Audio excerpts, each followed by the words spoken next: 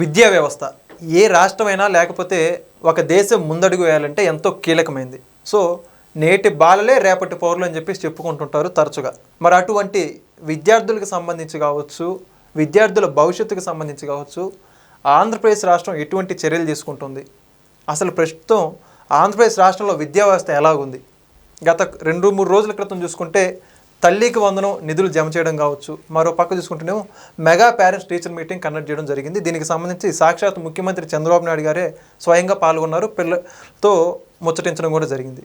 అయితే వీటన్నిటికి సంబంధించి విద్యా సంస్కరణలు ఎలా ఉన్నాయో మరిన్ని విషయాలు తెలుసుకోవడానికి మనతో పాటు ఉన్నారు NRI wing Telugu Desam party general secretary Chenchu Venugopal Reddy గారు. సార్ నమస్తే అండి. నమస్కారం సార్. మొత్తానికి ఇప్పుడు చూసుకుంటే ఎడ్యుకేషన్ మినిస్టర్గా నారా లోకేష్ గారు గతంలో ఆంధ్రప్రదేశ్ రాష్ట్ర చరిత్రలో ఎన్నడూ చూడని గొప్ప గొప్ప స్కీమ్స్, గొప్ప గొప్ప పాలసీస్ తీసుకొస్తున్నారు. వాటి తాలూకా రిజల్ట్కి సంబంధించి కావచ్చు, అసలు ఆంధ్రప్రదేశ్లో ఎడ్యుకేషన్ పాలసీస్ గురించి కావచ్చు, ఎడ్యుకేషన్ సిస్టమ్ గురించి కావచ్చు, మీరేమంటారు? మంచి పాయింట్ ట్రై చేసే వెంకట్. ఎందుకంటే ఈరోజు ఎడ్యుకేషన్ సిస్టమ్, ఎడ్యుకేషన్ సెక్టర్లో సమూల్యమైన మార్పులు చేయాల్సిన అవసరం ఎంతైనా ఉంది.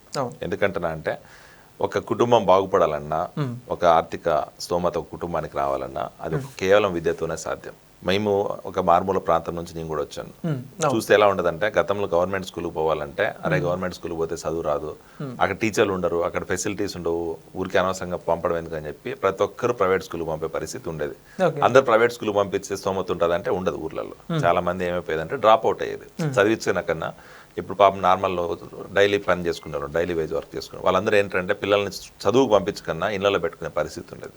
అలాంటి పరిస్థితి నుంచి ఈరోజు ఎడ్యుకేషన్ డిపార్ట్మెంట్, ఎడ్యుకేషన్ సెక్టార్లో సమూల్యమైన మార్పులు తీసుకొచ్చే దిశగా ఎన్నో రీఫార్మ్స్ శ్రీకారం చుట్టారు ఈరోజు నారా లోకేష్ గారు. నారా లోకేష్ గారు విద్యాశాఖ మంత్రిగా ప్రమాణ స్వీకారం చేసినప్పుడు చాలా మంది హాస్యాస్పదంగా చూశారు, కామెడీగా చేశారు. ఎందుకంటే అరే ఎడ్యుకేషన్ ఏమంటారు మినిస్టర్గా ప్రమాణ స్వీకారం చేశారు, ఏం చేస్తారు అక్కడ, అసలు ఇది ఎంత మార్చినా పెద్ద మార్పు ఉండదన్న మైండ్ సెట్ లో చాలా మంది ఉంటారు. ఇంకోటి అంత సాధ్యమైన విషయం కూడా కాదు, దాన్ని ఎవరు డేర్ చేయరు అసలు తీసుకోవడానికి. ఎందుకంటే ఎడ్యుకేషన్ అంటేనే చాలా కాంప్లికేటెడ్.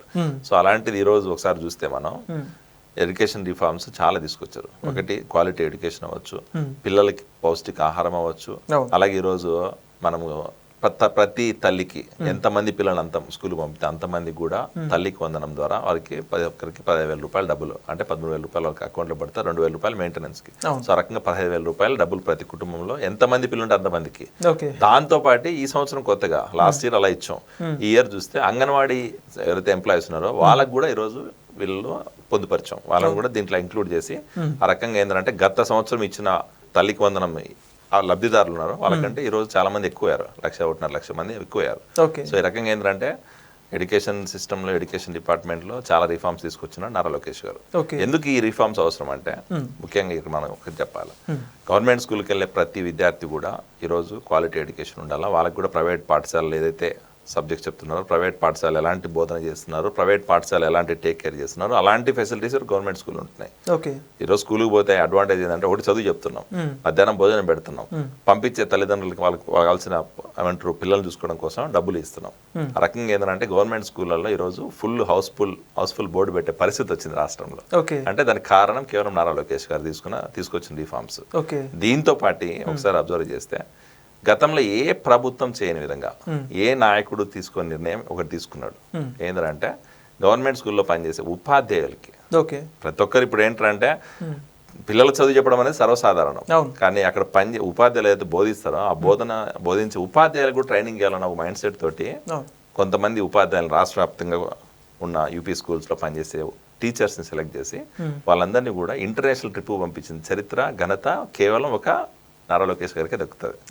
ఈ రకంగా ఏంటంటే వాళ్ళకి ఎక్స్పోజర్ పెరుగుతుంది, బయట కంట్రీస్లో ఎడ్యుకేషన్ సిస్టమ్ ఎలా పనిచేస్తుంది, వాళ్ళ ఏమంటారు బోధించే విధానం ఎలా ఉంది, వాళ్ళ సిలబస్ ఎలా ఉంది, వాళ్ళు ఎలా ఈరోజు పిల్లల్ని కంట్రోల్ చేస్తున్నారు, ఎలా వాళ్ళ పిల్లలకి మంచి ఎడ్యుకేషన్ ఇస్తున్నారు అని చెప్పి వాళ్ళందరూ తీసుకొచ్చి ఇప్పుడు ఏదైతే ఒక 50 మంది ట్రైనింగ్కి వెళ్ళారు సింగపూర్కి, ఆ 50 మంది వచ్చి అన్ని జిల్లాల్లో మళ్ళీ ఈరోజు హెడ్ క్వార్టర్స్లో ట్రైనింగ్స్ అసైన్ చేసి వాళ్ళ ద్వారా వాళ్ళు ఏదైతే అక్కడ నేర్చుకున్నారో ఆ 3-4 రోజులు ట్రైనింగ్ ఏదైతే వాళ్ళు నేర్చుకొచ్చారో ఆ 4 రోజుల ట్రైనింగ్ని ఇక్కడ మళ్ళీ మనం ఇంప్లిమెంట్ చేయడానికి ట్రై చేస్తున్నాం. ఈ రకంగా ఏంటంటే క్వాలిటీ ఎడ్యుకేషన్, అలాగే ఇంకా మీరు ఒకసారి చూస్తే లీప్ అనే ఒక కొత్త కాన్సెప్ట్ తీసుకొచ్చారు. ఈ లీప్ అనే కాన్సెప్ట్ ఏంటంటే ఆంధ్రప్రదేశ్ మన విద్యా బోధన విధానంలో ఈరోజు లర్నింగ్ ఎడ్యుకేషన్ ఆంధ్రప్రదేశ్ ఏదైతే ఉందో లీప్ అనే ప్రోగ్రామ్, అది దాని ముఖ్య ఉద్దేశం ఏంటంటే అకాడమిక్ పరంగా ఏ సబ్జెక్ట్స్లో ఏ సిలబస్ ఉండాలి, ఏ సిలబస్ అవసరం, అది కూడా మారుతున్న పరిస్థితులు బట్టి. ఓకే. ఎందుకంటే మేము చదువుకునే రోజుల్లో, మనం చదువుకునే రోజుల్లో ఎట్లుండంటే తెలుగు, ఇంగ్లీషు, సైన్స్, మ్యాథ్ వచ్చి చాలు. ఇప్పుడు అట్లా కాదు పరిస్థితి. తెలుగు, ఇంగ్లీష్, సైన్స్, మ్యాథ్తో పాటు కంప్యూటర్ నాలెడ్జ్ కూడా అవసరం. అడ్వాన్స్ అయిపోయింది. కంప్యూటర్లో కూడా మళ్ళీ ఈరోజు ఏఐ అన్నారు, మిషన్ లెర్నింగ్ అంటున్నారు. సో ఇలాంటి సబ్జెక్ట్స్ అని కూడా పొందుపరిచి హై స్కూల్ నుంచి బయటకు వచ్చే లోపలనే వాళ్ళ కంప్యూటర్ పరిజ్ఞానం ఉండాలనే ఉద్దేశంతో ఈరోజు ప్రభుత్వం ముందుకెళ్తాను. ఓకే. అంటే ఇప్పుడు మెగా పేరెంట్ టీచర్ మీటింగ్ గురించి మీరేమంటారు? మెగా పేరెంట్ టీచింగ్ మీటింగ్ అనేది నేను గతంలో కూడా చెప్పాను. ఈరోజు దేశ చరిత్రలోనే గవర్నమెంట్ స్కూళ్ళల్లో mega parent teacher meeting conduct చేసిన ఘనత కేవలం ఒక ఆంధ్రప్రదేశ్ మాత్రమే దక్కుతుంది.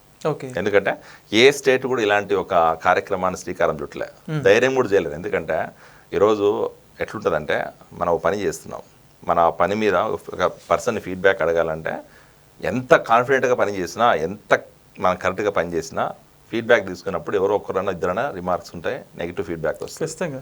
ఆ నెగిటివ్ ఫీడ్బ్యాక్ని యాక్సెప్ట్ చేయడం అనేది చాలా కష్టం. బట్ ఈరోజు ఆంధ్రప్రదేశ్ ప్రభుత్వం నారా లోకేష్ గారి సారథ్యంలో మెగా పేరెంట్ టీచర్ మీటింగ్ పెట్టి స్కూళ్ళల్లో ఏం జరుగుతుంది, వాళ్ళ పిల్లలు ఎలా చదువుతున్నారు, వాళ్ళ అకాడమిక్ పరంగా ఎలా ఉన్నారు, ఫిజికల్గా ఎలా ఉన్నారు, అలాగే వాళ్ళు సోషల్గా ఎలా ఉన్నారు, పక్కన పిల్లలతో ఎలా బిహేవ్ చేస్తున్నారు, దాని మీద ఒక క్లీన్ రిపోర్ట్ జనరేట్ చేసి ఆ రిపోర్ట్ని కూర్చోబెట్టుకుని పేరెంట్తో డిస్కస్ చేసి, ఒకవేళ నిజంగానే పిల్లలు కరెక్ట్ రూట్లో లేకపోయినా, కరెక్ట్గా చదవకపోయినా, లేకపోతే వాళ్ళ బిహేవియర్ కరెక్ట్ లేకపోయినా దాన్ని సరిచేసే కార్యక్రమం అనేది ఇద్దరు పేరెంట్, టీచర్ ఇద్దరు కూడా భాగస్వామ్యం అయ్యే పరిస్థితి. భోజనం దగ్గర నుంచి కూడా ఎంక్వైరీ ఖచ్చితంగా. ఈరోజు పేరెంట్ స్కూల్కి వచ్చినప్పుడు వాళ్ళ పిల్లలు ఇంటికి వెళ్ళి చెప్పింటారు, మధ్యాహ్న భోజనంలో ఈరోజు కరెక్ట్గా అన్నం పెట్టలే, కూర బాగాలేదు, లేకపోతే ఇచ్చిన ఎగ్గు స్పాయిల్ అయింది, లేకపోతే ఈరోజు ఏదైతే రైస్ ఇచ్చారో ఆ రైస్ అంతా కూడా దొడ్డు బియ్యం వేసారు, అట్లా ఏదైనా ఉన్న కంప్లైంట్స్ ఉంటాయి, వాళ్ళ పిల్లలు వెళ్ళి పేరెంట్స్ చెప్పింటారుగా, ఆ పేరెంట్స్ వచ్చి మళ్ళీ టీచర్ని అడుగుతారుగా. సో టీచర్ ఖచ్చితంగా భయపడాల్సి వస్తుంది అలాంటి. సో ఇవన్నీ ఏంటంటే ఖచ్చితంగా బిట్వీన్ పేరెంట్కి, అలాగే స్టూడెంట్స్కి, అలాగే టీచర్స్కి, ఈ ముగ్గురు మధ్యలో ఒక వారధిలాగా మెగా పేరెంట్ టీచర్ మీటింగ్ పనిచేస్తుంది. సో ఖచ్చితంగా ఏంటంటే మనకి ఈరోజు ఒకసారి చూస్తే వెంకట్, గతంలో ఎప్పుడు లేని విధంగా, గతంలో ఏ గవర్నమెంట్లో కూడా 10th క్లాస్లో ఇంత హైయెస్ట్ మార్క్స్ వచ్చిన చరిత్ర లేదు. మీరు ఒకసారి లాస్ట్ ఇయర్ రిజల్ట్ చూస్తే, ఎస్ఎస్సి రిజల్ట్స్, ఈరోజు ప్రైవేట్ స్కూళ్ళకి ధీటుగా, ప్రైవేట్ స్కూల్ కంటే కూడా ఎక్కువగా పర్సెంటేజ్ వచ్చిన పరిస్థితి మనకు కనపడుతుంది. ఇంతగా యాడ్ గురించి ఏం చెప్తారు అంటే, ఎవరు చరిత్రలో అయితే ఊహించలేదు, ఎవరైనా గవర్నమెంట్ స్కూల్స్ ఇట్లా యాడ్స్ ప్రమోషన్స్ అని. ఇప్పుడు అది చాలా ఇంపార్టెంట్. ఎందుకంటే మనం ఒక పని, ఇప్పుడు నేను ఒక పని చేస్తున్నాను, పార్టీకి పని చేస్తున్నాను, నా ప్రొఫైల్ ఎలివేట్ అవ్వాలా, నేను చేసిన పని 10 మంది గుర్తించాలనేది చాలా మందికి ఉంటుంది. ఇప్పుడు సేమ్ విద్యార్థులు కూడా కదా, ఇప్పుడు వాళ్ళకి అంత కష్టపడి చదివారు, సంవత్సర కాలం చదివి ఎగ్జామ్ రాసి వాళ్ళకు 950, 970, 980 మార్కులు వచ్చినాయి. ఆ మార్కులు గవర్నమెంట్ స్కూల్లో చదివినప్పుడు మామూలుగా అయితే ఏంటంటే అది యాడ్ వేయించరు, ఎందుకంటే చాలా ఖర్చుతో కూడుకున్న పని. ఒకవేళ యాడ్ వేసినా కూడా పైన ప్రభుత్వం రిలేటెడ్ లేకపోతే లీడర్ల ఫోటోలు హైలైట్ చేసి విద్యార్థులు ఇంత చిన్న ఫోటో వేస్తారు. బట్ మొన్న మీరు ఇచ్చిన యాడ్ చూస్తే ఈరోజు ఆంధ్రప్రదేశ్లో, తెలంగాణలో, అలాగే దేశవ్యాప్తంగా ఉన్న అన్ని న్యూస్ పేపర్లకు కూడా యాడ్ ఇచ్చాం. ఏ పేపర్లో కూడా ఎక్కడ కూడా లీడర్ ఫోటోలు లేవు, కేవలం విద్యార్థులను హైలైట్ చేసాం, వాళ్ళు ఏదైతే సాధించిన విజయం ఉందో దాన్నే హైలైట్ చేసాం. ఆ రకంగా ఏమవుతుందంటే నెక్స్ట్ ఇయర్ ఏదైతే చదువుతున్నారు పిల్లలు, ఇప్పుడు ఈ ఇయర్ అకాడమిక్ ఇయర్ లో వాళ్ళందరూ కూడా ఎంకరేజింగ్ ఉంటుంది, వాళ్ళందరూ కూడా ఛాలెంజ్ తీసుకుని అరే మనం కూడా ఆ ఫోటోలో పడాలా, అరే మనం 900 అదే ఆ ర్యాంక్ వస్తే ఆటోమేటిక్గా మనం కూడా స్టేట్ వైడ్ మన ఫోటో కనపడుతుంది అన్న ఏదైతే ఉంటుందో ఎంకరేజ్మెంట్, అది వాళ్ళ మంచి ఫలితాలు వచ్చే పరిస్థితి ఉంటుంది.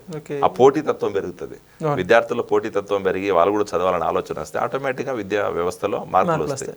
వాళ్ళు ఎప్పుడైతే ఇప్పుడు 10th క్లాస్ అనేది చాలా ఇంపార్టెంట్, మనకు 10th క్లాస్ ఇంటర్మీడియట్ బేస్, అది ఈ 2-3 సంవత్సరాలు కరెక్ట్గా చదివితే ఆటోమేటిక్గా వాళ్ళకి ప్లాట్ఫామ్ క్రియేట్ అవుతుంది. సో ఈ రకంగా ఏంటంటే మెగా పేరెంట్ టీచర్ మీటింగ్ అయినా, పేపర్ యాడ్ అయినా, మధ్యాహ్న భోజన పథకం అయినా, అలాగే తల్లికి వందనమైన, ఇవన్నీ కూడా ఏంటంటే విద్యా వ్యవస్థలో, అలాగే హై స్కూల్లో, గవర్నమెంట్ స్కూల్లో చదవడానికి పిల్లల్ని ఎంకరేజ్ చేయడం కోసం ఈరోజు విద్యా వ్యవస్థలో సమూల్యమైన మార్పులు తీసుకొచ్చిన ఘనత కేవలం ఈరోజు కూటమి ప్రభుత్వం నారా లోకేష్ గారికి మాత్రం దక్కుతుంది. చివరిగా షైనింగ్ స్టార్స్ గురించి ఏం చెప్తానండి? Shining stars same it's like ఏమంటారు, అది కూడా వన్ ఆఫ్ ద ఎంకరేజ్మెంట్. ఇప్పుడు షైనింగ్ స్టార్స్ అంటే ఏంటి, సింపుల్ ఏంటంటే ఎవరైతే అకాడమిక్ పరంగా అలాగే వాళ్ళ ఎక్సలెన్స్ ఉన్నారో వాళ్ళందరినీ కూడా ఈరోజు తీసుకొచ్చి గుర్తించడం, అది కూడా డైరెక్ట్ ఒక మినిస్టర్ గారి దగ్గరికి, సీఎం గారి దగ్గర కూడా తీసుకెళ్తున్నారు. ఎగ్జాక్ట్లీ. ఇప్పుడు ఇదివరకు ఎట్లుంటుందంటే గవర్నమెంట్ స్కూల్లో చదివే పిల్లలు వాళ్ళ ఊర్లో సర్పంచో మహా అయితే ఎమ్మెల్యే దగ్గరికి పోతే ఎక్కువ. మొన్న ఒకసారి మీరు చూస్తే ఎస్ఎస్సి రిజల్ట్స్ తర్వాత చాలా కాన్స్టిట్యున్సీస్ లో ఎమ్మెల్యేలు మండల వ్యాప్తంగా ఎవరైతే టాపర్స్ ఉన్నారో, టాప్ 3, టాప్ 5 ఎవరైతే మండలంలో వచ్చారు మార్క్స్, వాళ్ళందరినీ కూడా ఎమ్మెల్యే గారి దగ్గర పిలిపించుకొని ఎమ్మెల్యే గారు వాళ్ళకి మళ్ళీ ఈరోజు సన్మానం చేసి వాళ్ళకి గిఫ్ట్లు ఇచ్చి వాళ్ళకి భోజనాలు చేయించి ఇలాంటివి వస్తే ఏమవుతుంది, పేపర్లో యాడ్ ఇచ్చి పేరెంట్ టీచర్ మీటింగ్ ద్వారా మీరు చేసిన పనులు చెప్పి ఎన్ని చేస్తే ఎట్లుంటది ఎంకరేజ్మెంట్. అందుకే ఈరోజు హౌస్ఫుల్ బోర్డు ఉన్నాయి రాష్ట్ర వ్యాప్తంగా గవర్నమెంట్ స్కూళ్ళ దగ్గర అన్ని చోట్ల కూడా చాలా స్కూళ్ళలో హౌస్ఫుల్ బోర్డు ఉంది. ఆ పరిస్థితి ఎప్పుడు లేదు గతంలో. జగన్మోహన్ రెడ్డి గారి ప్రభుత్వంలో మేము అది చేసాం ఇది చేసాం తర్వాత నాడు నేడు అని చెప్పి ఇలాంటి కథలు చెప్పారు కానీ విద్యా వ్యవస్థలో మార్పులు తీసుకురాలే వాళ్ళు. కేవలం పబ్లిసిటీ స్టంట్స్. ఆ రోజు అమ్మఒడి అని చెప్పి డబ్బులు ఇచ్చినారు, బట్ అమ్మఒడి ఆ డబ్బులు ఇచ్చినట్టు ఇచ్చి మళ్ళీ ఈరోజు దాన్ని మద్యపానం ద్వారా డబ్బులు లాగా నానబుడ్డి లాగా దాక్కున్నారు. అలాగే విద్యా వ్యవస్థలో టీచర్లు అసలు పని చేస్తున్నారా లేదనే మానిటరింగ్ లేదు. వాళ్ళు ఎందుకు టీచర్లు తీసుకొచ్చి మద్యం షాప్ దగ్గర ఈ రోజు నిలబెట్టిన పరిస్థితి గతంలో చూసాం.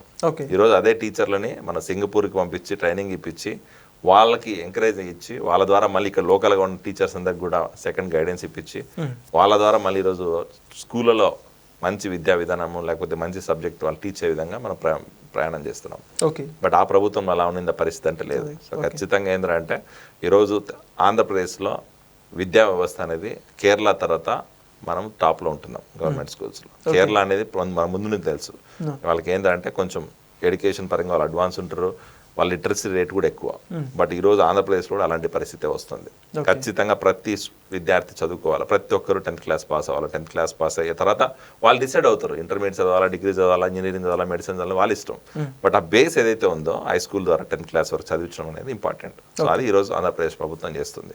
దాంతోపాటు మీరు ఒకసారి అబ్జర్వ్ చేస్తే ఎవరైతే ఈ డిగ్రీ, ఇంజనీరింగ్, పీజీ, ఎంబీఏ, ఎంసీఏలు చేస్తున్నారో వాళ్ళకి గత ప్రభుత్వము ఏదైతే మనం ఇయ్యాలో ఫీజు రియంబర్స్మెంట్ డబ్బులు అది ఇయ్యక చాలా మంది ఇబ్బంది పడిన పరిస్థితి ఉంది. ఈరోజు ఆ ఫీజు రియంబర్స్మెంట్ కూడా గతంలో ఏదైతే బకాయిలు ఉన్నాయో వాటిని కూడా ఈరోజు డిస్పర్స్ చేసాం. వాటిని కూడా ఇచ్చి ఆ కాలేజీలో చదువుకునే పిల్లలకి ఇబ్బంది లేకుండా ఈరోజు వాళ్ళు కూడా ఈరోజు గ్రాడ్యుయేట్ అయ్యే పరిస్థితి ఉంది. ఈ రకంగా ఏంటంటే ఇటు ఫస్ట్ క్లాస్ నుంచి హై స్కూల్ వరకు ఒక విధానము, అలాగే కాలేజెస్లో చదివే పిల్లలకి ఏదైతే ఫీజు రింబర్స్మెంట్ దాని ద్వారా లబ్ధి, తల్లికి వందనం ద్వారా తల్లులకి, అలాగే ఈరోజు మధ్యాహ్నం భోజనం ద్వారా పౌష్టికాహారం ద్వారా పిల్లలకి పౌష్టికాహారం ఇచ్చి సో విద్యా విధానంలో సమూల్యమైన మార్పులు తీసుకొస్తున్నారు కూటమి ప్రభుత్వం. చాలా చక్కగా చెప్పారండి. Thank you.